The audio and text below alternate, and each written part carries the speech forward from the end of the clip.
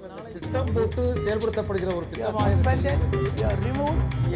சூழலை உருவாக்குவதற்காக முடிவெடுப்பது என்று வரும்போது காட்சி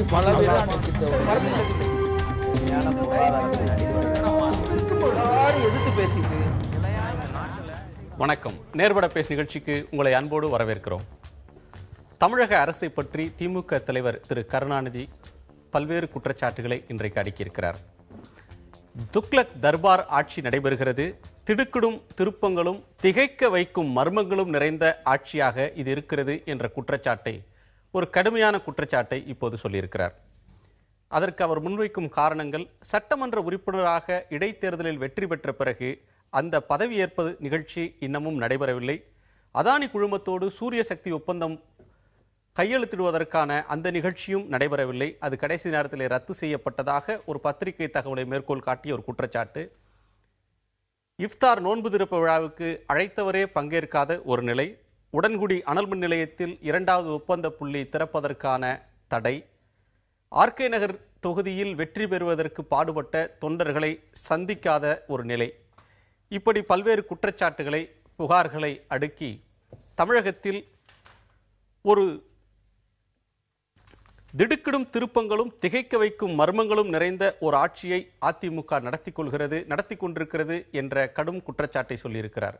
இது தேர்தல் நேரத்தில் தேர்தலுக்கு தயாராவதற்காக ஓர் ஆளும் கட்சியை எதிர்த்து கடும் பிரச்சாரத்தை இப்போதே அதிமுக தொடங்கியிருக்கிறதா, அல்லது அரசியலுக்காக இந்த கருத்துக்கள் பேசப்படுகின்றனவா? விவாதிக்கலாம். நம்மோடு அஇஅதிமுகவின் பேராசிரியர் தீரன், திமுகவின் வழக்கறிஞர் திரு தமிழன் பிரசன்னா, சட்டமன்ற உறுப்பினரும் இந்திய குடியரசுக் கட்சியின் தலைவருமான திரு சேக்கு தமிழரசன், அரசியல் விமர்சகர் பத்திரிகையாளர் திரு மணி. வணக்கம். ஒரு ஆட்சியை நோக்கி குற்றச்சாட்டுகளை சொல்வது என்பது எதிர்க்கட்சியோட கடமை தான். அதில் எதிர்க்கட்சி ஒரு ஆட்சியை கேள்வி கேட்க வேண்டும், தவறு இருந்தால் சுட்டிக்காட்ட வேண்டும், அது எதிர்க்கட்சிக்கு இருக்கக்கூடிய ஒரு பணி. ஆனால் திமுக தலைவர் அந்த ஒரு குற்றச்சாட்டை சொல்வது, புகார் சொல்வது என்பதை கடந்து ஒரு துக்ளக் தர்பார் ஆட்சி நடக்கிறது, திகைக்க வைக்கும் மர்மம் நடக்கிறது அப்படின்றது மாதிரி சொல்றதுன்றது ஏதோ ஒரு உள்நோக்கத்தோட சொல்றது மாதிரி தெரியுது. எந்த விடயம் நடந்து கொண்டிருக்கிறதோ அதை மக்களுக்கு எளிதாக புரிந்து கொள்ளக்கூடிய வகையில் எப்படி சொல்லலாமோ அப்படி தலைவர் கலைஞர் மிக தெளிவாக சொல்லி இருக்கிறார். துக்ளக் தர்பார் என்பது எதுவும் நடந்து கொண்டிருக்கும், திடீரென்று அது மறைக்கப்படும், திடீரென்று நடக்கும், திடீரென்று நிறுத்தப்படும். எதெல்லாம் முன்கூட்டியே திட்டமிடப்பட்டதோ அதையெல்லாம் தகர்த்தெறிந்து விட்டு வேறு ஏதாவது நடக்கும். எதுவும் மக்கள் நலனுக்கு செயல்படாமல் ஆட்சியில் இருக்கிற அதிகாரிகளும் அரசியல் அந்த தந்திரத்தை பயன்படுத்தி எப்படியெல்லாம் இந்த நாட்டை சீர்குலைக்க வேண்டும் என்கிற தத்துவார்த்த ரீதியில் தான் துக்ளக் தர்பாரை நாம் பார்த்திருக்கிறோம். இங்கிருப்பதை தூக்கி இங்கே போடு, அங்கிருப்பதை தூக்கி இங்கே போடு என்பதற்கான உதாரணம் இன்றைக்கு தமிழ்நாட்டில் நடந்து மனம் போன போக்கில் என்ன நடந்துருச்சு? நிச்சயமாக மனம் போன போக்கெல்லாம் வேண்டாம். பட்ஜெட் தாக்கல் செய்து 100 நாட்கள் ஆகிவிட்டது. அண்ணன் தளபதியார் அற்புதமான ஒரு அறிக்கையை இன்றைக்கு சமீபத்தில் 1 மணி நேரத்துக்கு முன்னதாக வெளியிட்டு இருக்கிறார். 100 நாட்கள் கடந்து விட்டது பட்ஜெட் தாக்கல் செய்து. இன்றைக்கு வரைக்கும் பட்ஜெட்டினுடைய நிதிநிலை அறிக்கை குறித்து மானிய கோரிக்கைகளோ விவாதங்களோ நடைபெறவில்லை. 100 நாட்கள் எதற்காக ஒத்தி போடுகிறீர்கள்? அந்த 100 நாட்களுக்கு பிறகு எப்படி நிதி ஒதுக்குவீர்கள்? எந்தெந்த திட்டத்தை நடைமுறைப்படுத்த போகிறோம், சேர்க்கிறோம் என்பது கூட தெரியாமல் மற்ற எல்லா குற்றச்சாட்டும் இன்னைக்கு திமுக தலைவர் சொல்லியிருக்கக்கூடிய கருத்துக்கு வருவோம். ஒவ்வொரு குற்றச்சாட்டாக, ஒன்று எம்எல்ஏவாக பதவியேற்கல அப்படின்றீங்க, இன்னொன்று கட்சிக்கு அந்த வெற்றிக்கு பாடுபட்ட தொண்டர்களை சந்திக்கல, அதனால அதிமுக தொண்டர்கள் ஏமாற்றம் அடைந்தார்கள் சொல்றார். தொண்டர்களை சந்திப்பதும் சந்திக்காமல் போவதும், அதற்கான சூழல் இருப்பதும் இல்லாமல் போவதும் ஒரு தலைவருடைய வாய்ப்பு, அவருக்கான உரிமை. இன்னொன்று எம்எல்ஏவாக பதவி ஏற்கணும் அப்படின்றதுக்கு தேர்தலில் வெற்றி பெற்ற உடனே 24 மணி நேரத்தில் பதவி ஏற்கணும், 48 மணி நேரத்தில் பதவி ஏற்கணும் ஏதாவது விதி இருக்கா? அப்படி விதி இருந்து எதுவும் மீறப்பட்டிருக்கா? நிச்சயமா ஒரு அற்புதமான கேள்வி கேட்டீங்க. தொண்டர்களை சந்திப்பது ஒரு தனிப்பட்ட அரசியல் கட்சி தலைவருடைய பிரச்சனை என்பது வேறு. சட்டமன்ற உறுப்பினராக தேர்ந்தெடுக்கப்பட்டிருக்கிறார். குறைந்தபட்ச மனிதாபிமானம், அந்த தொண்டர்கள் மீதான கனிவு, மக்களுக்காக நான், மக்களாலேயே நான் என்று வாய்கிளிய வக்கணைகிளிய வசனம் பேசுகிற அம்மையார் ஜெயலலிதா அவர்கள் தனக்கு உழைத்த தொண்டர்களை ஏன் பார்க்கவில்லை? இல்ல, அவங்க விஷயம். இந்த நாட்டினுடைய முதலமைச்சராக இருக்கிறார், முதலமைச்சருடைய சாதனையை சொல்லி வாக்கு கேட்கிறார்கள். அப்படி கேட்கிற போது ஒரு எதிர்க்கட்சி தலைவராக அதிமுகவின் தொண்டன் பாதிக்கப்பட்டாலும் குரல் கொடுக்கிற ஒவ்வொரு தலைமைக்கும் ஒவ்வொருவருக்கும் ஒரு வித்தியாசமான அணுகுமுறை இருக்கு. அந்த அணுகுமுறை அந்த தொண்டர்கள் ஏற்கிறார்கள். ஒரே ஒரு நீங்க வருத்தப்படுறதுக்கு என்ன? அணுகுமுறை என்பது வேறு, அணுகுமுறை என்பது வேறு, அரசியல் கட்சிகளுடைய நிலைப்பாடு என்பது வேறு, கொள்கை என்பது வேறு. ஒரு அரசியல் கட்சி தலைவரை தொண்டர்கள் சந்திப்பது என்பது ஒரு சாதாரண நிகழ்வு. அதைத்தான் நாங்கள் ஆரம்பத்திலிருந்து குற்றச்சாட்டாக வைக்கிறோம். முதலமைச்சராக இருந்த ஓ பன்னீர்செல்வம், நான் நினைத்த நேரத்தில் தலைவரை பார்க்க முடியும், நான் நினைத்த நேரத்தில் தளபதியை பார்க்க முடியும், எங்களுடைய கோரிக்கைகளை அவரிடத்தில் வைக்க முடியும், எங்களுடைய பிரச்சனைகளை அவரிடத்தில் தொண்டராக இருந்து சந்திக்க முடியும். அந்த நிலைமை அதிமுகவில் இல்லை. அது அவருடைய அரசியல் கட்சி நிலைப்பாடு. ஆனால் ஒரு முதலமைச்சராக அவருக்காக ஓட்டு கேட்டார்கள், சட்டமன்ற உறுப்பினர் ஆகுவதற்காக துடித்தார்கள். இன்னும் வாக்களித்தவர்களே போய் அவங்க யாரும் அதிருப்தியை வெளிப்படுத்தலையா? அவங்க யாரும் சொல்றாங்களா? அவங்களுக்கு சார்பில் நீங்க பேசுறதுக்காக உங்களை வந்து அவங்க கேட்டிருக்காங்களா? ஒரே ஒரு விஷயம், அந்த அதிருப்தியை தெரியப்படுத்துகிற அல்லது அந்த நிலைப்பாட்டை புரிந்து கொள்ளக்கூடிய நிலையில் கூட அதிமுக தலைமை இல்லாத போது அதை சொல்ல வேண்டிய கடமை எதிர்க்கட்சி, அவர்கள் அதிமுகவின் தொண்டர்களாக இருந்தாலும் அவர்கள் குறித்து கவலைப்படுகிற தார்மீக பொறுப்பு திமுகவிற்கு இருக்கிறது. திரு தமிழரசன், திமுக தலைவருடைய குற்றச்சாட்டை நீங்க எப்படி பார்க்கறீங்க? ஒரு மூத்த எம்எல்ஏன்ற முறையில இடைக்கால சபாநாயகராக கூட இருந்திருக்கீங்க. இடைத்தேர்தலில் வெற்றி பெற்ற உடனே சான்றிதழ் வாங்குவதற்கு ஒரு முனைப்பு காட்டுவார்கள். அது அவர் நேராக போகலனாலும் அவங்க கட்சியின் பிரதிநிதி வாங்குவது முறை. இன்னொன்று உடனடியாக உறுப்பினர் பதவி ஏற்பது. திருச்சியில் ஸ்ரீரங்கத்தில் வெற்றி பெற்றப்போ அன்று மாலையே அந்த உறுப்பினர் அங்கிருந்து விமானத்தில் வந்து பதவி ஏற்றதை பார்த்தோம்.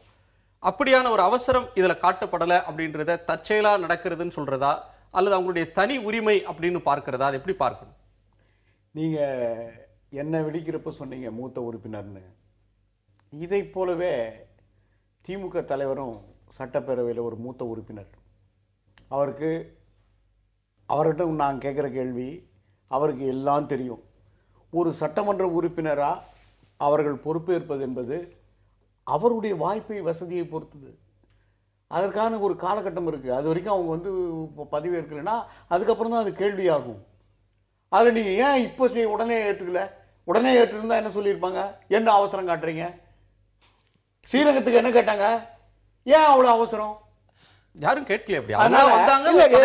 ஏன் இப்போ அன்றைக்கு ஒரு வதந்தியை திட்டமிட்டு உருவாக்குனது யாரு? இன்னைக்கு 4:30 மணிக்கே பதவி ஏற்க போறாங்க, 4 மணிக்கு என்ன யார் சொன்னாங்களா? பேரவைத் தலைவர் சொன்னாரா? யார்? அது ஒரு திட்டமிட்ட வதந்தி. எதிர்கட்சியினர் செய்ததுன்னு சொல்லுவாங்க. அவர்கள் ஏற்படுத்திய ஒரு வதந்தி. இதற்கெல்லாம் வந்து யார் பதில்? இப்போ நான் முதல்ல வந்து இந்த கேள்விகள்லாம் பதில் சொல்றதுக்கு முன்ன எனக்கு ஒரு 2 பொதுவா நீங்க இந்த தலைப்பு ஒட்டிய ஒண்ணு, துக்ளக் தர்பார்ன்ற வார்த்தையை திமுக தலைவர் பயன்படுத்துறார். பாவம், அவருக்கு இப்படி ஒரு சூழ்நிலை வந்துடுச்சு. சிறுபான்மை மக்களுடைய உணர்வுகளை கொச்சைப்படுத்தி சொல்லுகிற இந்த ஒரு வார்த்தையை, வரலாற்றையே திருத்தி சொல்லுகிற ஒரு வார்த்தையை, அவருக்கு என்ன கோபமோ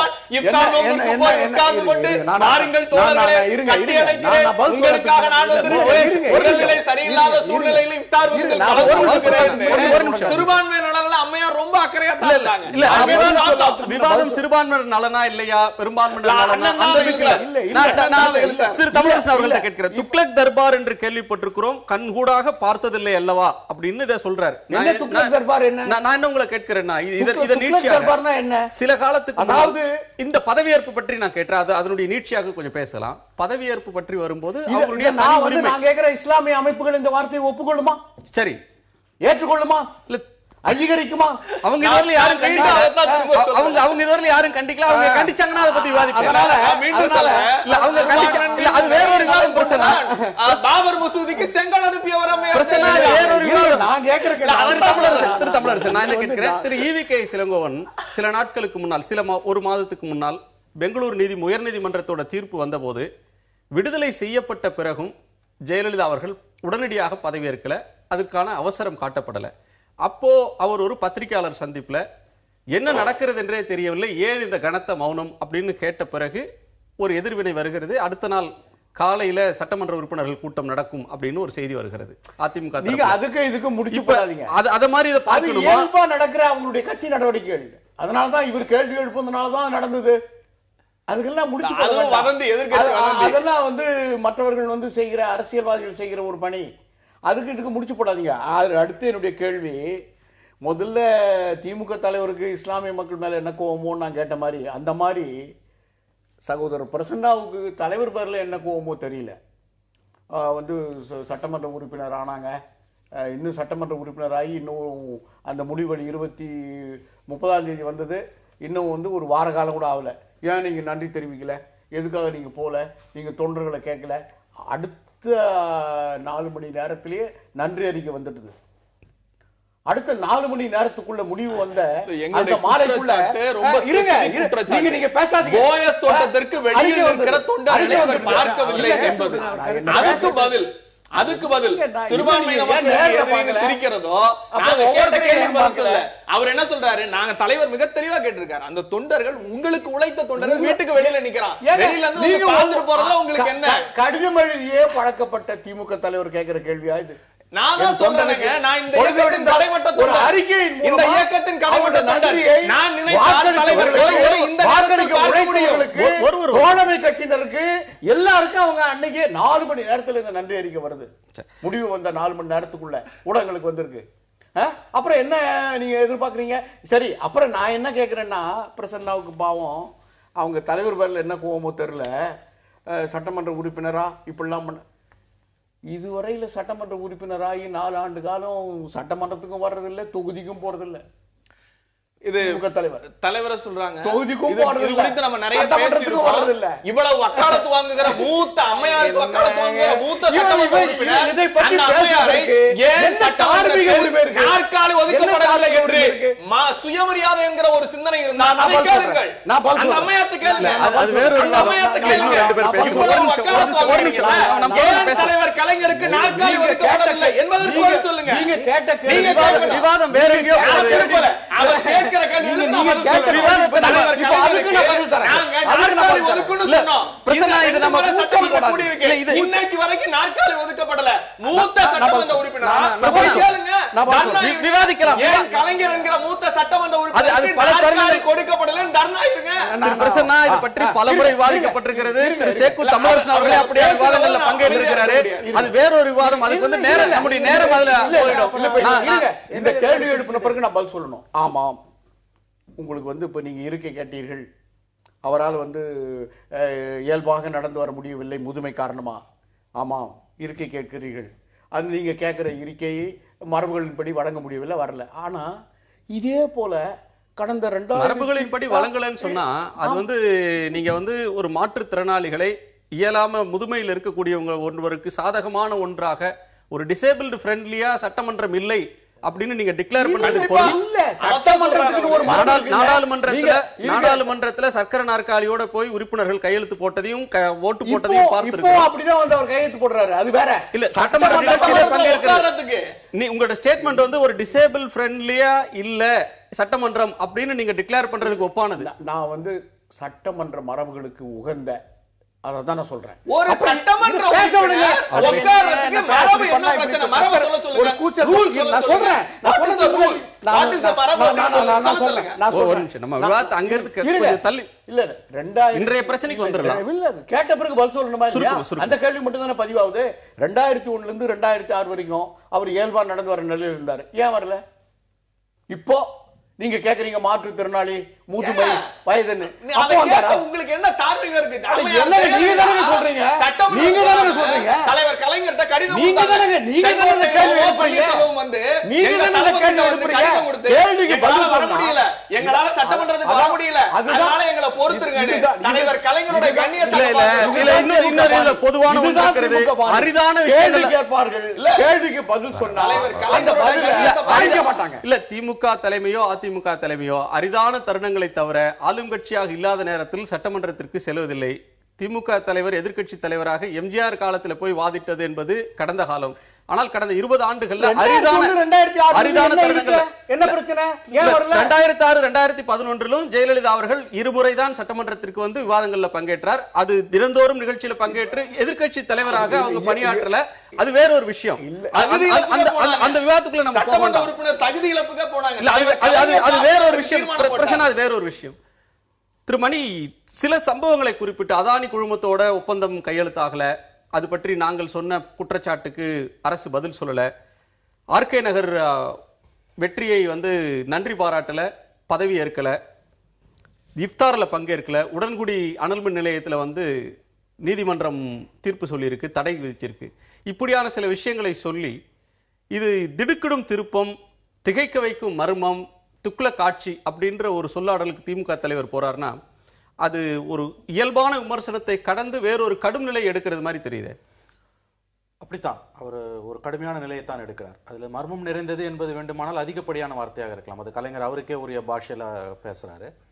பட் அதை தாண்டி பார்த்தீங்கன்னா அவர் சொல்லியிருக்கக்கூடிய கருத்துக்கள் எதுவுமே முழுவதும் புறந்தள்ளி விட முடியாத கருத்துக்கள் தான் நான் பார்க்குறேன். இப்போ அந்த அம்மா 5வது முறையாக மே 23ஆம் தேதி பதவியேற்ற பிறகு நீங்கள் என்ன நடந்துகிட்டு இருக்குன்னு நீங்கள் பாருங்கள். ஒரு பேட்டர்ன் இருக்குது. அவர் தலைமைச் செயலகத்திற்கு வருகிறார், வாரத்திற்கு 2 நாட்கள் வருகிறார், சில நிகழ்ச்சிகளில் கலந்து கொள்கிறார் காணொலி காட்சி மூலமாக. அதற்கு பிறகு அடுத்த 4 நாட்கள் அவர் வருவதற்குள்ளாக ஒவ்வொரு நாளும் அவர் என்னென்ன நிகழ்ச்சிகளில் கலந்து கொண்டார் என்ற அந்த புகைப்படங்கள் வருகின்றன, செய்தி குறிப்புகள் வருகின்றன.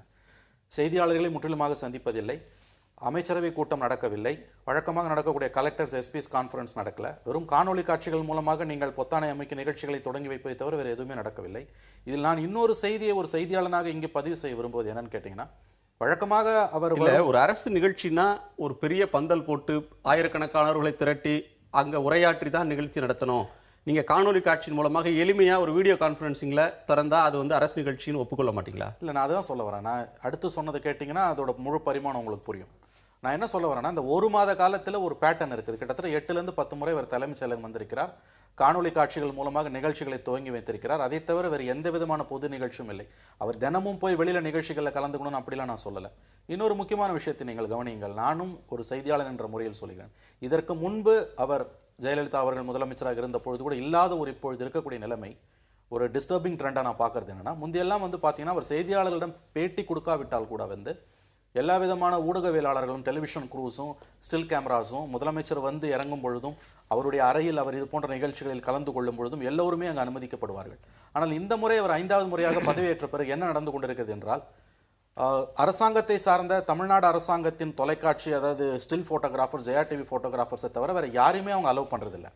இது வந்து ஒரு டிஸ்டர்பிங்கான ட்ரெண்ட். இதை வந்து நம்ம எப்படி புரிந்து கொள்வது? இது எல்லாத்தையும் கோத்து தான் நம்ம இந்த பிரச்சனையை பார்க்கணும். ஜெயலலிதா அவர்கள் பிரஸோட பேச மாட்டாங்க. நீங்க ஒரு மிகையான வார்த்தையை பயன்படுத்துறீங்களோன்னு தோணுது. இல்ல, நான் எந்த ஆங்கிள் டிஸ்டர்பிங் ட்ரெண்ட்னு சொல்றேன்னா, கலைஞர் சொல்லக்கூடிய அந்த ஆங்கிள் கூட நான் சொல்லல. ஒரு செய்தியாளனாக, ஊடகவியலாளனாக நான் சொல்ல வருவது என்னன்னா, ஒரு டிரான்ஸ்பரன்சி இந்த அரசாங்கத்தில் இருக்க வேண்டும். அவர் முதல் முறையாக 2011 நீங்க வெளிப்படைத்தன்மை இல்லன்றீங்க, அவர் மர்மம் சொல்றாரு. முடிச்சிடுறேன். 2011ஆம் ஆண்டு அவர் முதலமைச்சராக பதவியேற்ற பொழுது அவர் சொன்ன ஒரு வார்த்தை, நான் வாரம் ஒரு முறை செய்தியாளர்களை சந்திப்பேன். சந்திக்க முடியாமல் போய்விட்டது, அது கூட பரவாயில்லை. ஆனால் இன்று நீங்கள் வந்து தொலைக்காட்சியை சேர்ந்த அந்த கேமராமேன், போட்டோகிராஃபர்ஸை எல்லாரையும் அலோவ் பண்ண, வழக்கமாக எல்லாரையும் அலோவ் பண்றதா நடைமுறை. இந்த முறை மே 23ஆம் தேதிக்கு பிறகு இந்த 8லேருந்து 10 முறை அவர் தலைமைச் செயலகத்துக்கு வந்த நிகழ்ச்சிகளை அனைத்திலுமே குறிப்பிட்ட அந்த ஒரு தொலைக்காட்சியும் அரசாங்கத்துடைய போட்டோகிராஃபர்ஸ், டெலிஃபோன், இவங்க கேமராமேன் மட்டுமே தான் அலோவ் பண்ணப்படுகிறார்கள், மற்றவர்கள் அலோவ் பண்ணப்படுவதில்லை. இது எல்லாத்தையும் கோத்து தான் வந்து கருணாநிதி அவர்கள் அந்த அறிக்கையில் இதை சொல்லி இருக்கிறார். ஆகவே நீங்க எல்லாத்தையும், சில விஷயங்களை நீங்கள் வெளிப்படையாக பேச முடியாது. ஆனால் அவர் எழுப்பி இருக்கக்கூடிய கேள்விகள் என்னை பொறுத்தவரையில் ஒதுக்கி தள்ளவிட முடியாத கேள்விகள் தான் நான் பார்க்கிறேன். இதுக்கு என்ன பதில் சொல்ல வரும்? இல்ல, மாண்புமிகு அம்மா அவர்கள் வந்து பத்திரிகையாளரை வந்து சந்திக்கலாம் சொல்ல முடியாது, அறிக்கைகளை அவங்க கொடுக்குறாங்க. இப்போ அறிக்கை கொடுக்கறதும் சந்திக்கிறதுக்கும் ஒன்றாகும் இருக்கு. அவங்களுடைய முதலமைச்சருடைய அது அவங்களுடைய சூழ்நிலைகளை பொறுத்து அது அமையும். நான் என்ன சொல்றேன்னா, துக்ளக் தர்பார் ஆட்சி நடந்ததுன்னு சொல்றாங்க. திமுக ஆட்சியில தான், கருணாநிதி ஆட்சியில தான் துக்ளக் தர்பார்ன்றது என்னால் 1000 உதாரணம் காட்ட முடியும். இதெல்லாம் வந்து சின்ன சின்ன பிரச்சனைகள். சந்திச்சாங்களா, இப்தார் நோம்புக்கு வந்தாங்களா, இதெல்லாம் வந்து நான் இஷ்யூ இல்ல. மணி சொன்ன ஒரு இஷ்யூல தான் கேட்கிறேன். அவர் வந்து டிஸ்டர்பிங் ட்ரெண்ட்ன்ற ஒரு சொல்ல பயன்படுத்துறாரு, டிரான்ஸ்பரன்சி இல்லங்கிறாரு. அவர் அதை இன்னொரு கட்டத்துல திமுக தலைவர் வேறொரு சொல்றாரு. இந்த விமர்சனங்கள்லாம் வந்து அடிப்படையே இல்லாதவைன்னு சொல்ல முடியல. அரசியல் எதிர்க்கட்சியில் வைக்கக்கூடிய குற்றச்சாட்டுகள். நான் என்ன சொல்றேன்னா, கொள்கை ரீதியா இங்க பல கோளாறுகளை திமுக ஆட்சி, கருணாநிதி ஆட்சி தர்பாரா நடத்தியிருக்கு. அன்னைக்கு நீங்க வந்து எப்படி வந்து துக்ளக் தர்பார்னு சொல்றாரு, தலைநகரத்தை மாத்தனார் அவரு துக்ளக்கு. அதே மாதிரி இவரு தலைமைச் செயலகம் ஒன்று இருக்கும்போது இங்க ஒரு புதிய தலைமைச் செயலகம் சொல்லிட்டு கட்டி இப்படி துக்ளக் தர்பாரா நடத்தினது இவரு. அத ஒரு தலைமைச் செயலகத்தை மாத்தக்கூடாதுன்றது உங்க கொள்கையா? இல்ல, மாத்தக்கூடாது இல்ல, அதை கூட பயனுள்ளதா மாற்றி இன்றைக்கு உயர் சிகிச்சை அளிக்கக்கூடிய மருத்துவமனையா ஆக்கியிருக்காங்க. அதோட மட்டும் இல்ல. இல்ல இல்ல, தலைமைச் செயலகம் சொல்லிடுறேன். தலைமைச் செயலகம் இருக்கிறப்போ மீத்தேன் எரிவாயு திட்டத்துக்கு புது சட்டமன்ற கட்டணம் சொன்னீங்க. ஆமா, கட்டணம் சொன்னோம்.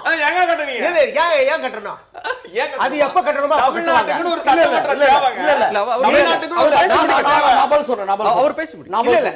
தலைமைச் செயலகம் புதிதாக கட்டப்பட வேண்டும் அப்படின்னு அந்த கருத்தாக்கத்தை அதிமுக பொதுச் செயலாளர் புரட்சி தலைவி அம்மா முதலமைச்சராக இருந்தபோது தான் செஞ்சாங்க.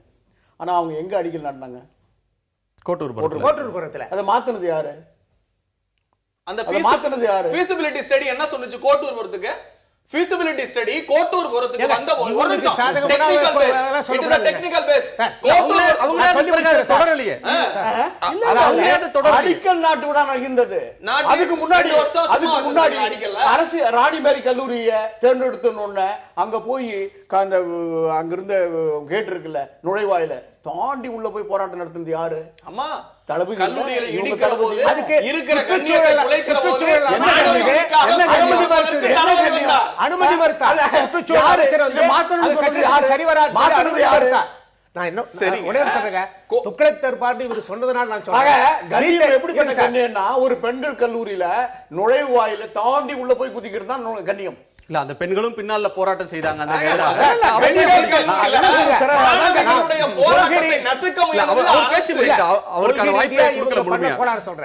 காவிரி படுகையை பாலைவனமாக்கிறதுக்காக மீத்தேன் எரிவாயு திட்டத்துக்கு ஸ்டாலினை வச்சுதான் ஒப்பந்தம் போடுறாங்க. ஆனா அந்த திட்டத்துக்கு கடுமையா விவசாயிகள் எதிர்ப்பு தெரிவிச்ச உடனே நாடாளுமன்றத்துல கனிமொழி என்ன பண்றாங்க, வந்து அந்த திட்டத்துக்கு எதிர்ப்பு தெரிவிக்கிறாங்க. ஒப்பந்தம் போட்டது இவங்க. இதுதான் துக்ளக் தர்பார். அதே மாதிரி நீங்க சில்லறை வணிகத்துல முதல்ல எதிர்ப்பு காட்டினாங்க. ஆனா அதுக்கு பிறகு என்ன பண்றாங்க, அந்நிய முதலீட்டை சில்லறை வணிகத்தில் அனுமதிக்கிறதுக்கு ஆதரவா நாடாளுமன்றத்துல ஓட்டு போட்டு வராங்க. அது மட்டும் இல்ல, இன்றைக்கு நீங்க பாத்தீங்கன்னாக்கா மாநில சுயாட்சி எல்லாம் பேசுவாங்க. ஆனா அன்றைக்கு உணவு பாதுகாப்பு மசோதா மாநில உரிமைக்கு சில உதாரணங்களை நீங்க சொல்றீங்க போடுறாங்க. இல்ல இன்னொன்னு சில குற்றச்சாட்டுகளை நீங்க சொல்றீங்க. அதற்கு பதில் சொல்ல வேண்டிய திமுகவோட பொறுப்பு. நான் கேக்குறது ஒரு பக்கம், இல்ல அழகிரி ஒரு பக்கம், கருணாநிதி அவர்கள் ஒரு பக்கம், இப்படி 5-6 அதிகார மையங்களை வைத்துக் கொண்டு அநியாயமாக நாட்டை சீரழித்தவர்கள் இந்த திமுக. இவங்க வந்து தர்பார் ஆட்சி நடத்துறது அம்மாவை சொல்லுவாங்க. இவங்க எல்லாம் நான் பேச வேண்டிய இல்ல அது விவாதம் இளவரசன் ராவணன் விடாஸ் மோகன் சசிகலா நடேசன் இவங்க எல்லாம் பேச வேண்டி வரும். பேசணும்னா சொல்லுங்க, நானும் ரெடி. பிரசன்னா ஒரு நிமிஷம் அமைதி. நான் கேட்கிறது ஒரு நிமிஷம் திருத்தீரன் அவங்க ஆட்சியில தான் துக்ளக் தர்பார் ஆட்சி நடந்தது. இதுக்கெல்லாம் பதில் சொல்றாங்க. இல்ல எனக்கு பதில் சொல்றாங்க. இல்ல ஒரு இடைவேளைக்கு பிறகு நான் உங்கள்ட்ட கேட்கிறேன். அதுக்கு முன்னாடி உங்களை கேட்கிறது வந்து திமுக மீதான துக்ளக் தர்பார் ஆட்சியாக அந்த ஆட்சி நடந்ததுன்னு நீங்க சொல்ற குற்றச்சாட்டுகளுக்கு பதில் சொல்ல வேண்டிய, விளக்கம் சொல்ல வேண்டியது, விளக்கம் இருந்தால் சொல்ல வேண்டியது அவங்களுடைய பணி. நான் கேட்கிறது மேல என்ன சொல்ல அனுமதிங்க. நானா சொல்லணும் ஒண்ணு இல்ல. இல்ல அதற்கு முன்னால் இல்ல ஒரு நிமிஷம் நான் என்ன கேட்கிறேன், இப்போ இந்த விவாதத்துல 5-6 குற்றச்சாட்டுகளை அவர் முன்வைச்சிட்டு இந்த குற்றச்சாட்டுகள்ல வைத்து நடக்கிறதுல மர்மம் இருக்கு, திருப்பம் இருக்குன்றாரு. ஆனா அதுக்கு எதுக்கு நீங்க பதில் சொல்ல மாட்டீங்களே? இதை தவிர்த்துட்டு மற்றதை பேசணும்.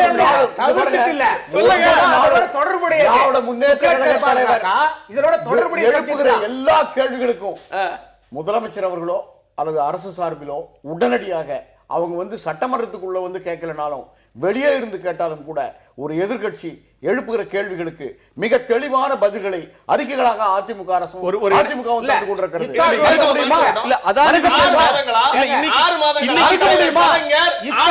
குறை சொல்லுகிறார். 6 மாதத்துல எங்களை கண்டித்து நாங்கள் கொடுத்த முதலமைச்சரின் சார்பாக ஒரு அறிக்கை வந்ததா காட்ட சொல்லுங்க. இன்னைக்கு அறிக்கையிலே கூட சூரிய ஒளி மின்சாரம் பற்றி அதானியோட போட்ட ஒப்பந்தம் தொடர்பாக நானும் கேட்டேன், திரு ராமதாஸ் அவர்களும் கேட்டார். அதுக்கு பதில் இல்ல. அதனாலேயே வந்து இந்த அரசாங்கம் வந்து எங்களுடைய பதில் சொல்லாதனாலே எங்க குற்றச்சாட்டுகள் அடிப்படை உண்மை இருக்குது அப்படின்னு ஊர்ஜிதமாயிருக்குன்னு சொல்றாங்க.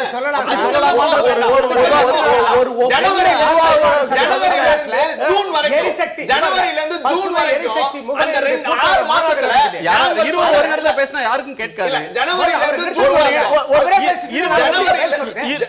இருவர் ஒரு நேரத்தில் பேசுவாங்க. ஜூன் மாசம் 6 மாசத்துக்கு ஜெயலலிதா அவர்கள் கேள்வி அவருக்கு தான், கேள்வி அவருக்கு என்ன பதில் சொல்லிருக்கான்னு சொல்ல சொல்லுங்க. அவர் பதில் சொல்ல முற்படுறாரு. ஒரு நிமிஷம். அதானியோட ஒப்பந்தம் போடுறதுக்கு முன்னாடி இன்னைக்கு 2 நாள் பசுமை எரிசக்தி மாநாடு நடக்கிறது. அந்த மாநாட்டிலேயே மின்துறை அமைச்சர் தெளிவா சொல்லிக்கிறாரு, 2000 மெகாவாட் மின்சாரம் சூரிய மின் ஒளியில வாங்குறதுக்காக நாங்க வந்து இந்த ஆண்டுக்குள்ள ஒப்பந்தம் போட்டு முடிச்சிருவோம் சொல்லியிருக்கிறாரு. இதுல ஒரு அங்கம் தான் வந்து அதானி குழுமத்துக்கு அவர்கள் ஒப்பந்தம் போட போகுது. அது இன்னும் நடக்கல. அது ஒப்பந்தம் போடும் போது அது போடுவாங்க. ஆனா நான் என்ன கேட்கிறேன்னாக்கா, இவங்க ஆட்சியில ஸ்பெக்ட்ரம் ஊழல்ல வந்து இன்றைக்கு குற்றச்சாட்டுக்கு ஆளாகி இருக்கிற பொழுது அங்க என்ன நடக்குதுன்னே தெரியல. இப்படி ஒருத்தர் வந்து தனிப்பட்ட முறையில என்ன குற்றச்சாட்டு சொல்லுங்க, அதுக்கு பதில் சொல்லுங்க. 1 லட்சம் நீதிமன்றத்துல இருக்க ஒரு வழக்கு பத்தி பேசுறீங்க, நான் பேசட்டுமா? நான் ஒரு விஷயம் கேக்குறேன். இருங்க சார், சம்பந்தம் இல்லாம குற்றச்சாட்டு இல்ல. அதானி குற்றத்துக்கு 36 ராஜேஷ் அதானி வந்த ஃளைட் என்கிட்ட இருக்கு. அவரோட போஸ்ட் டெபாசிட் அந்த திட்டத்துல போடுவதற்கு திருப்பி அதானி மொத்தம் 2 மணி நேரத்துல முடிச்சாரு. சரி, திமுக தலைவர் மட்டும் இல்ல, பல்வேறு எதிர்க்கட்சி தலைவர்கள், அது ஈவி.கே. இளங்கோவனா இருக்கட்டும் அல்லது டாக்டர் ராமதாஸ் அவர்களா இருக்கட்டும், தமிழிசை சவுந்தரராஜனோ, எதிர்க்கட்சி வரிசையில் இருக்கக்கூடிய தலைவர்கள் இன்னைக்கு விஜயகாந்த் கூட சொல்றாரு, கடன் சுமையில தமிழகம் மூழ்கிறது, கிரீஸ் மாதிரி ஆக போகுது அப்படின்னு சொல்லிலாம் ஒரு கருத்தை சொல்றாங்க. இந்த மாதிரி கண்டன அறிக்கைகள், குற்றச்சாட்டுகள் அப்படின்றது தேர்தல் நேரத்தில், தேர்தலுக்கு இன்னும் ஒரு 7-8 மாதங்கள்ல தமிழ்நாட்டில் ஒரு தேர்தலுக்கான மேகம் சூழும், அதுக்காக இப்போ ஆயத்தமாகறாங்க, அந்த வேகம் பிடிக்குதுன்னு எடுத்துக்கிறதா, இல்ல அதுல அடிப்படை உண்மைகள் இருக்கு அதனால அவங்க சொல்றாங்கன்னு பார்க்கிறதா? பொதுவாகவே இது தேர்தல் வருகிற காரணத்தினால மக்கள் மன்றத்திலே இவர்கள் அம்மாவை சந்தித்து வெல்ல முடியாது என்ற காரணத்தினால இப்படி குறை சொல்லியாவது ஏதாவது செய்ய வேண்டும் என்று சொல்லுகிறார்கள். நான் என்ன கேட்கிறேன்னாக்கா, நிதிநிலை அறிக்கை வந்து தெளிவாக குறிப்பிடப்படுகிறது. அதுல ரகுராம் ராஜன் அவர்கள் கூட தெளிவா சொல்லியிருக்கிறாங்க. அதாவது ரிசர்வ் பேங்கினுடைய கைட்லைன் என்னன்னா 25% வரலும் கடன் இருக்கலாம். ஆனால் தமிழ்நாடு கடன் வந்து 21% தான் இருக்கு. அடுத்தது கடந்த 4 ஆண்டுகளாக 1 லட்சம் கோடி ரூபாய்க்கு மேல இங்க வரவு செலவு திட்டம் தயாரிக்கப்படுகிறது. அம்மா ஆட்சிக்கு வரும்பொழுது 3000 கோடி ரூபாய்க்கு பற்றாக்குறை பட்ஜெட்டா இருந்து, ஆனா கடந்த ஆண்டு 600 கோடி ரூபாய் அதை உபரி பட்ஜெட்டா, மிகை வருமானம் வரக்கூடிய பட்ஜெட்டா மாற்றி அமைச்சிருக்கிறாங்க. அதோட மட்டும் இல்ல, இன்றைக்கு இந்தியாவில் உணவுத்துறையில 123 லட்சம் மெட்ரிக் டன் உற்பத்தி பண்ணி சாதனை படைச்சு மத்திய அரசாங்கத்தினுடைய பாராட்டு பெற்றிருக்கிறாங்க. அதே மாதிரி மகாராஷ்டிர மாநிலத்துக்கு அடுத்தபடியா தொழில்துறையில அம்மா அவருடைய ஆட்சி தான் வந்து இன்றைக்கு மிகச்சிறந்த ஆட்சியாக தொழில்துறையில சிறந்து விளங்குதுன்னு சொல்லி மத்திய அரசாங்கமே பாராட்டி இருக்கு. அதோட மட்டும் இல்ல, இந்த மத்திய அரசாங்கத்தோட புள்ளிவிவரங்கள்ல மாற்று கருத்து இருக்கக்கூடிய புள்ளிவிவர தொழில் வளர்ச்சி அப்படி இல்லன்ற புள்ளிவிவரம் கூட இருக்கு. சிஏஜி ரிப்போர்ட் சொல்றேன் சார், ஃபிஸ்கல் டெபிசிட் வந்து இல்ல தொழில் வளர்ச்சி சொன்னீங்க, அது தொடர்பா கேட்டேன். நான் என்ன கேட்கிறேன், இப்போ வந்து ஒரு நீங்க சட்டமன்ற உறுப்பினராக இருந்தவர், ஒரு பட்ஜெட் அப்படின்ற ஒன்று முடிஞ்ச உடனே அதற்கு அடுத்து மானிய கோரிக்கைகள், அது தொடர்பான ஒரு துறை ரீதியான வாதம் நடக்கும், விவாதம் நடந்து நிதி ஒதுக்குறது நடக்கும். இப்ப 100 நாட்கள் ஆகியும் நடக்கல அப்படின்ற ஒரு குற்றச்சாட்டை எளிதா புறந்தள்ளிட முடியுமா? அது அரசியலுக்காக தான் சொல்றாங்கன்னு சொல்லிட முடியுமா? புறந்தல்ல, அது நடக்க வேண்டிய நேரத்தில் நடக்கும். ஆனால் நான் என்ன கேட்கிறேன்னாக்கா, இல்ல அது எதிர்க்கட்சிகள் கேட்க மாட்டாங்களா? நடக்க வேண்டிய நேரத்துல நடக்கும் அப்படின்னு சொல்லி ஒரு ஆளுங்கட்சி தன்னுடைய விருப்பத்துக்கு நடத்திக்கும். இல்ல சில சூழ்நிலை எதிர்க்கட்சிகள் கேட்கறதுக்கு உரிமை இல்லைன்னு சொல்ல முடியுமா? 100 நாள் நடக்கல, அதுக்கு பதில் சொல்லுங்க மக்களுக்கு. நீங்க இதெல்லாம் விட்டுருங்க, மத்திய அரசு தொழில் வளர்ச்சி எல்லாம் விட்டுருங்க. 100 நாள் நடக்கல, 2 முறை தாங்க சட்டமன்றம் நடக்குது. அதனால இவ்வளவு இப்பயா நடத்தல அப்பயா நடத்தல சொல்லி இவங்க வந்து ஆலோசனை சொல்ல வேண்டிய அவசியம் இல்ல. இல்ல கம்யூனிஸ்ட் கட்சிகளை பொறுத்தவரையிலும் ஆண்டுக்கு 100 நாள் வரலையும் சட்டமன்ற நாடாளுமன்றத்தை நடத்தணும். பேராசிரியர் தீரன், நீங்க கேட்ட எந்த கேள்விக்குமே அவர் பதில் சொல்லல. மிக தெளிவா ஒரே ஒரு கேள்வி கேட்கிறேன். 100 நாள் ஒரு மானிய கோரிக்கை, நீங்க சட்டமன்ற உறுப்பினர், அண்ணன் சட்டமன்ற உறுப்பினர், பட்ஜெட் தாக்கல் செய்து அன்றைக்கே விவாதம் நடத்தி பல துறைகள் இருக்கிறது, விவாதம் நடத்த வேண்டும். விவாதத்தின் அடிப்படையில் எதிர்க்கட்சிகள் ஆளும் கட்சிகள் வைக்கிற குற்றச்சாட்டுகள் ஏற்றுக்கொள்ளப்பட வேண்டும். எந்த திட்டங்களை சேர்க்கலாம், எந்த திட்டங்கள் விடப்பட வேண்டும், எந்த திட்டத்திற்கு நிதி நடத்தலன்னு கேக்குறீங்க, அவ்வளவுதானே? இல்ல இது இவ்வளவு பெரிய நடத்தலைன்னா மக்களுக்கு புரியாது. இவ்வளவு பெரிய ப்ராசஸ், இந்த ப்ராசஸ இந்த ஆண்டுக்கான பொருளாதார வளர்ச்சியில 100 நாள் தேக்கப்பட்டிருக்கு. அதுக்கு காரணம் என்ன? சூழ்நிலைங்கிறார். என்ன சூழ்நிலை? பதில் சொல்லுங்க மக்களுக்கு. சார் உங்களுக்கு இல்ல, தீரனுக்கு. ஒரு நிமிஷம், யார் சொன்னா என்ன இருக்கு? நீங்க அதெல்லாம் டிக்டேட் பண்ணாதீங்க. இல்ல அவருக்கு தான் கேள்வி வச்சேன். திமுகவுக்கு இருக்கிற இந்த அக்கறை இருக்க உண்மையாவே பாராட்டணும். ரொம்ப அக்கறை மக்கள் பேர்ல. உடனடியாக துறைகளுக்கு ஏன் இவ்வளவு வந்து நிதி ஒதுக்கீடு செய்யலன்னு. ஆனா நம்முடைய சட்டமன்ற ஜனநாயகமோ பாராளுமன்ற ஜனநாயகமோ மரபுகளுடைய அடிப்படையில், சட்ட விதிகளுடைய அடிப்படையில் தான் இயங்குறது அப்படிங்கிறத அதுக்கு வர்ற துடிக்கிற எல்லாரும் முதல்ல உணர்ந்துக்கணும். இது வந்து ஒரு புது அமைச்சரவை. என்னதான் இருந்தாலும் மரபுபடி முன்னாள் இருந்தது ஒரு அமைச்சரவை, இப்போ இருக்கிறது ஒரு அமைச்சரவை. அதுதான் சட்டமன்ற மரபு. சரி, புது ஆட்சி அமைஞ்ச உடனே சொல்றேன், புதிய ஆட்சி அமைஞ்ச உடனே சட்டமன்றத்தை உடனே கூட்டுவாங்கல்ல? ஏன் புது ஆட்சி இல்ல, புதிய அமைச்சரவை, புதிய ஆட்சி இல்ல, புதிய அமைச்சரவை. இந்த இது வந்து புதிய அமைச்சரவை அமைந்த உடனே ஒரு ஆட்சி போய் இன்னொரு ஆட்சி வந்திருக்கு. ஆமா இல்லையா? அப்படின்ற உடனே நீங்க கூட்டணும்ல. இப்போ இந்த முதலமைச்சர் பொறுப்பேற்று இந்த புதிய அமைச்சரவைக்கு புதிய நிதி ஒதுக்கீட்டில் வந்து என்னென்ன பண்ணணுன்ற அந்த வாய்ப்புகளை கலந்து ஆலோசித்து அதுக்கு ஆய்வு நடத்தி நிகழ்த்துவதற்கு உரிய அவகாசம் ஆளுநரால் வழங்கப்படும். அந்த ஆளுநருடைய அப்படிப்பட்ட ஒரு மரபு ரீதியான இந்த நடவடிக்கை நீங்க பார்க்கணும். நான் ரொம்ப பாராட்டுறேன். இந்த நடவடிக்கை நீங்க பார்க்கணும். ரொம்ப அற்புதமா நான் ஒரு தாழ்மையான கருத்து. ஒரு நிமிஷம் பேசு. இல்ல அந்த கருத்தை சேர்த்து பதில் சொல்லட்டும். பன்னீர்செல்வம் முதலமைச்சராக இருந்தபோது தான் பட்ஜெட் தாக்கல் செய்யப்பட்டது. பன்னீர்செல்வம் முதலமைச்சராக இருந்தபோது தாக்கல் செய்யப்பட்டிருக்கு. இன்னொரு முதலமைச்சர் வந்து அவங்க கலந்து ஆலோசிச்சு டெக்னிக்கலா இன்னொரு அரசுங்க அமைச்சர்கள் அவர்களாகவே அமைச்சர்கள் அதே அமைச்சர்கள் இருந்தாலும் கூட மரபுங்க மரபு திரும்பவும் சொல்றேன். மரபு absolutely I agree with your point. Absolutely இல்ல இந்த 100 நாள் என்ன பதில்? இது ஆளுநர் சொல்ல மாட்டேங்க. இது ஆளுநர் அதிகாரம் 100 நாள் ஆளுநருடைய அதிகாரத்தை தள்ள முடியாது. இது கட்சிக்காரர்களுக்கு எதிர்க்கட்சிக்காரர்களுக்கு தெரியாதா? யார் சொன்னா? எதிர்க்கட்சி உரிமை இருக்கிறது. சட்டமன்றத்துல பட்ஜெட் தாக்கல் செய்கிற போது அதை கேட்கிற அதை உருவாக்குகிற அதன் மீது விவாதம் நடத்துகிற உரிமைக்கு தான் மக்கள் எங்களுக்கு வாக்களிச்சிருக்காங்க. இந்த 100 நாளைக்கு பதில் சொல்லுனா இன்னொரு கருத்தும் இருக்கிறது. ஒரு நிமிஷம் 150 நாள் போச்சுன்னா மக்களுடைய இந்த வருட பொருளாதார வளர்ச்சி போவோம். நீங்க பன்னீர்செல்வம் அவர்கள் ஆட்சிக்கு வந்த உடனே ஏன் சட்டமன்றத்தை கூட்டல, உடனே கூட்டுகின்ற கோரிக்கையும் எதிர்க்கட்சிகள் தரப்புல வைக்கப்பட்டுச்சு. அதற்கு பிறகு சட்டமன்றம் கூடினாலும் எதிர்க்கட்சிகள் உள்ள போய் என்ன பேசினாங்க, என்ன விஷயங்கள்லாம் வாதிடப்பட்டன அப்படின்றது ஒரு கேள்விக்குறி. அதுவும் விமர்சனமானது. மக்கள் பிரச்சனையை பத்தி பேசாம திருமணி இந்த தமிழரசன் அவர்கள் இவங்க போய் சட்டமன்றத்துல ஜனநாயகத்தை பத்தி பேசுறாங்க. நீங்க சட்டமன்றம் தொடர்பாக புதிய ஆட்சி அமைஞ்சிருக்கு. அவங்க திட்டங்களை எல்லாம் பார்த்து ஆய்வு செய்து அதற்கு பிறகு உகந்த நேர்கல்ல அதை கூட்டுவாங்க. இதை வந்து எதிர்க்கட்சிகள் டிக்டேட் பண்ண முடியாது. ஆளுநர் அதுக்கு அனுமதிச்சிருக்கார், மரபு இருக்கு அப்படின்னு சொல்றாரு. இல்ல டெக்னிக்கலி அவர் தமிழரசன் சார் சொல்றது கரெக்ட். இது நியூ கவர்மெண்ட்.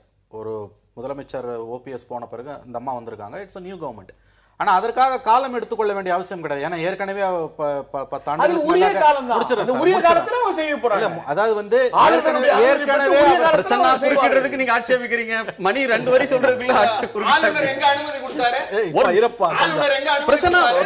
அதாவது எவ்வளவு பெரிய பொய்ய மக்கள்கிட்ட சொல்றாங்க, அதை எப்படி அனுமதிக்க முடியும்? ஆளுநர் எங்க அதிகாரம் கொடுத்தாரு? இவங்க பட்ஜெட் மீது நான் நேரடியா ஆளுநர் எழுதியா கொடுப்பாரு. மக்கள்கிட்ட கேட்கிறேன். ஒரு நிமிஷம் ஆளுங்கட்சியின் சார்பாக நீங்கள் வந்து மானிய கோரிக்கை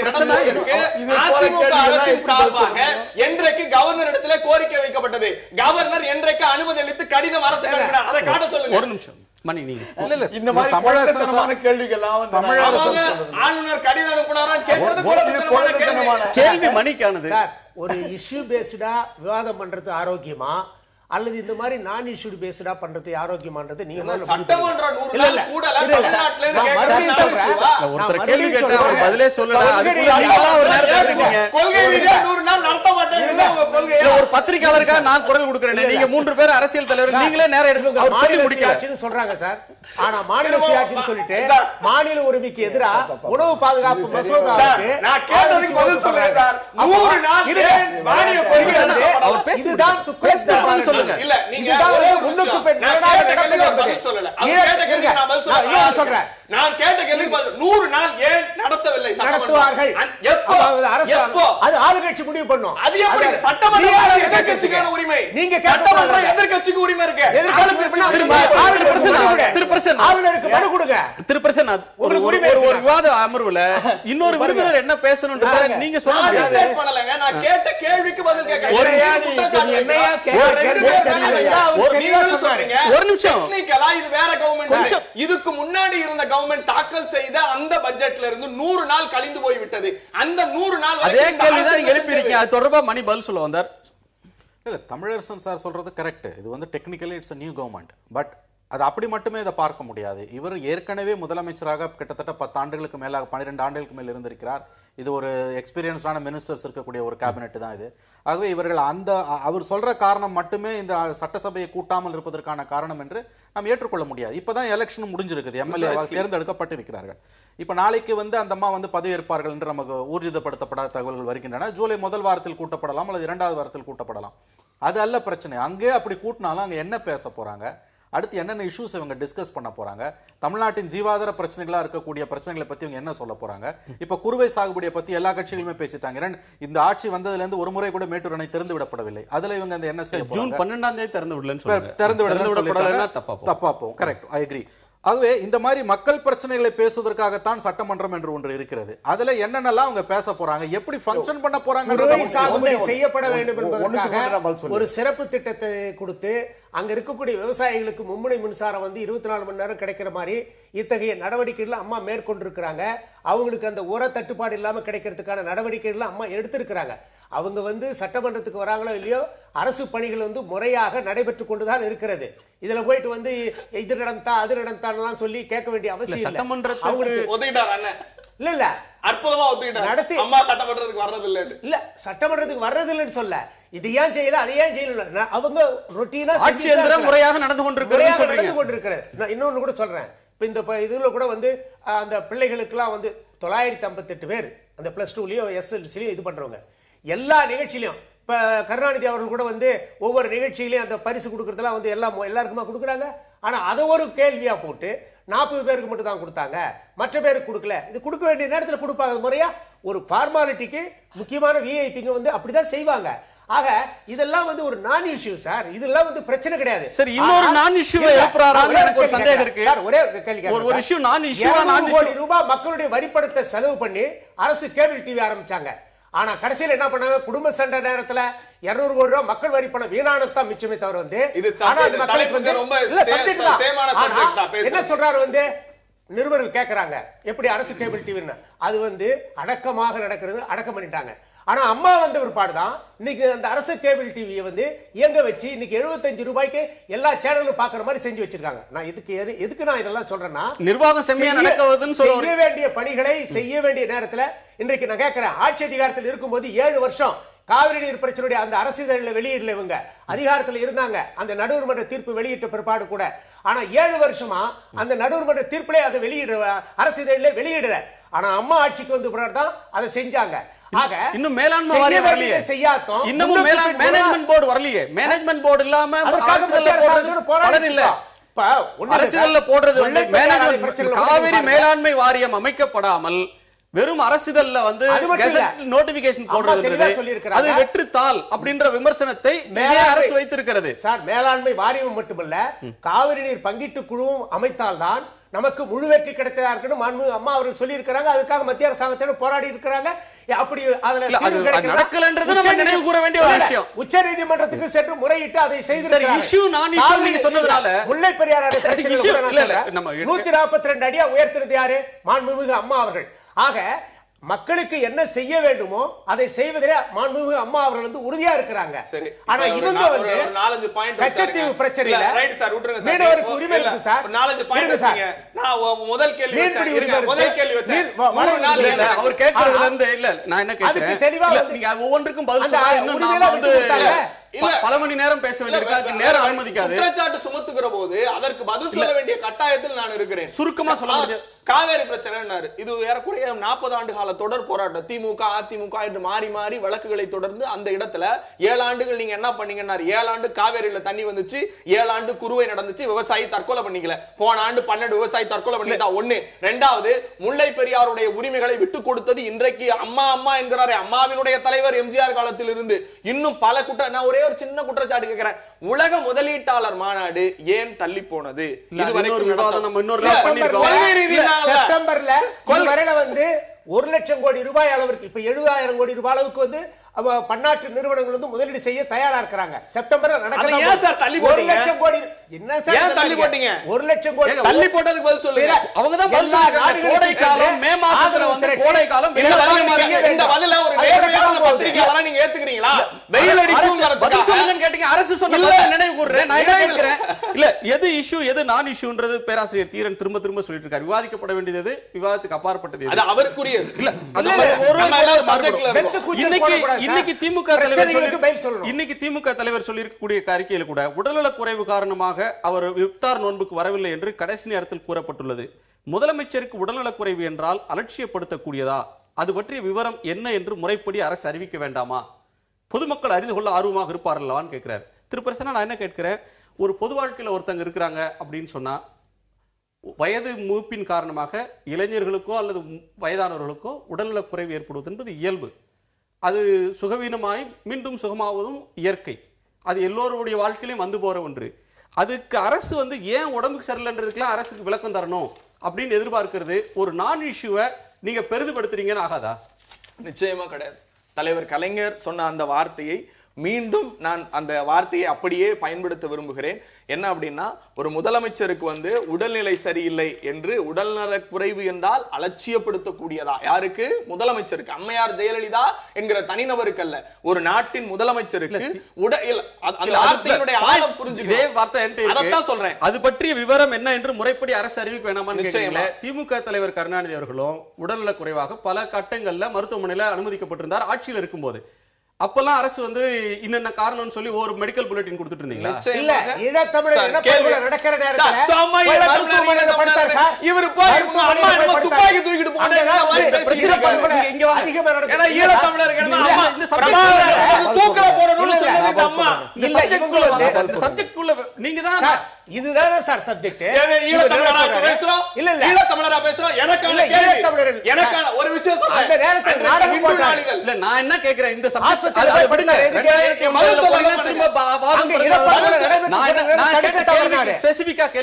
முதலமைச்சர் ஒருவருக்கு உடல்நலக் குறைவு அல்லது அமைச்சருக்கு, குடியரசுத் தலைவருக்கு, பிரதமருக்கு வரதுன்றது இயற்கை.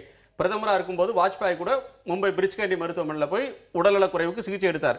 மன்மோகன் சிங் இதய அறுவை சிகிச்சை எடுத்திருக்கிறார். இப்போ இது அது தனிப்பட்ட விஷயம் இல்லையா? ஒரு நபருடைய கேள்வி எனக்கு சார்.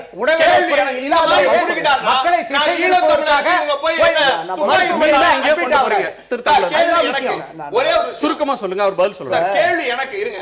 ஒரே ஒரு விஷயம், நீங்க வாஜ்பாய் பிரதமராக இருந்த போது மருத்துவ அறிக்கை வெளியிடப்பட்டது. வாஜ்பாய்க்கு முட்டி அறுவை சிகிச்சை போகிறது என்று சொல்லி அவருக்கு இணையாக துணை பிரதமரை நியமித்த வரலாறு உண்டு.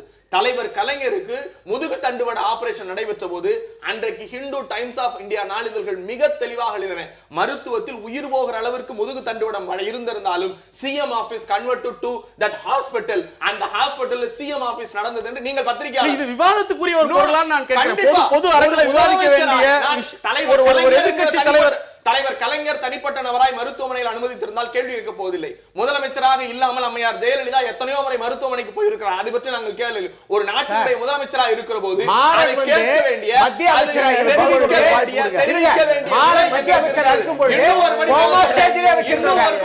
கேட்க வேண்டிய கலைஞர் பதில் சொல்ல முன்வர்றாரு. பதில் சொல்ல அவர் பண்ணல.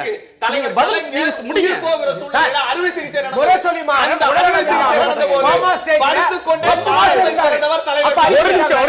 ஒரு நிமிஷம்.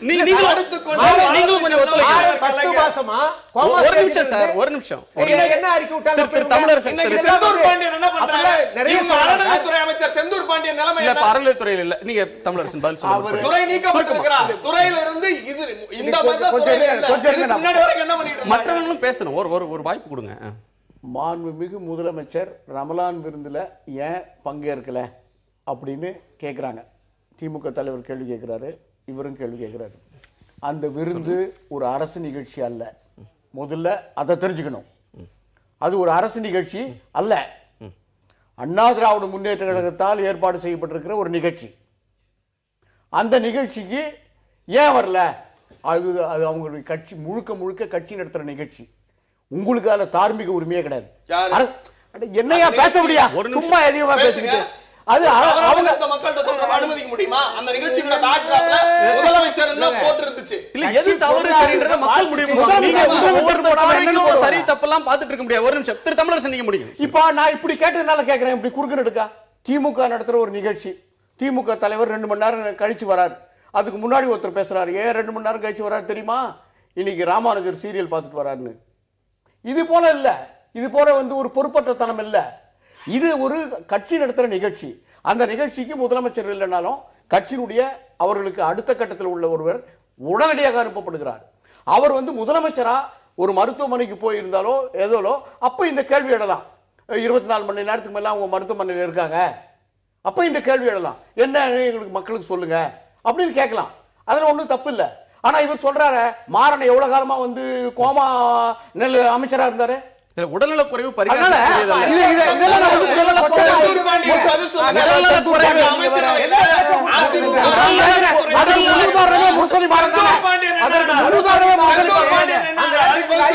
உடல்நலக்குறைவு என்பது பரிகாசத்துக்குரியதல்ல, விவாதத்துக்குரியதல்ல. எவருடைய உடல்நலக்குறைவு அமைச்சருக்கு ஒரு பிரச்சனை என்ன சொல்றீங்க?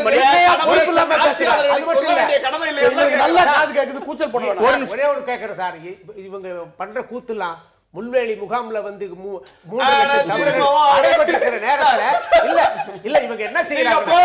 நீங்க துப்பாக்கி எடுத்துட்டு போனீங்க சார், நீங்க அந்த வரிசையில முன்னாடி தான் நின்னீங்க. 96ல அம்மையார் ஜெயலலிதாவை எதிர்த்து நீங்க பேசிய வார்த்தையை மக்களுக்கு சொல்ல முடியும். 600 கோடி ரூபாய்க்கு அம்மையார் ஜெயலலிதா ஈழத்துக்கு என்ன செய்தாங்க நீங்க பேசிய பேச்சை மக்களிடத்துல காட்ட முடியும்.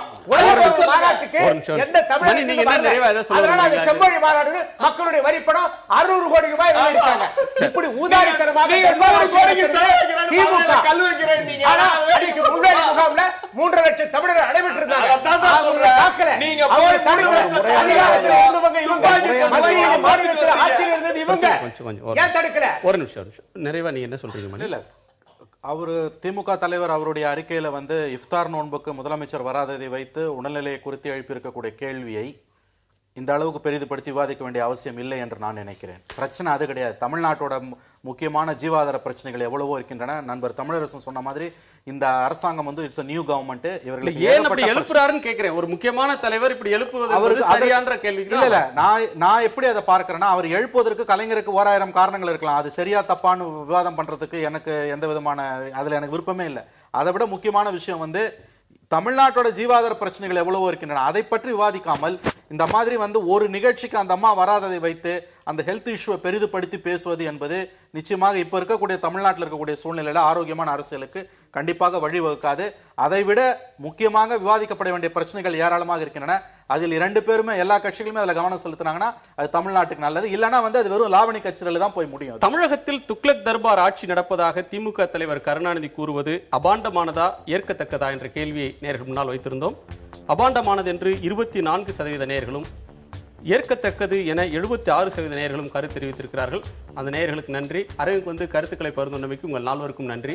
மீண்டும் சந்திப்போம். நன்றி, வணக்கம்.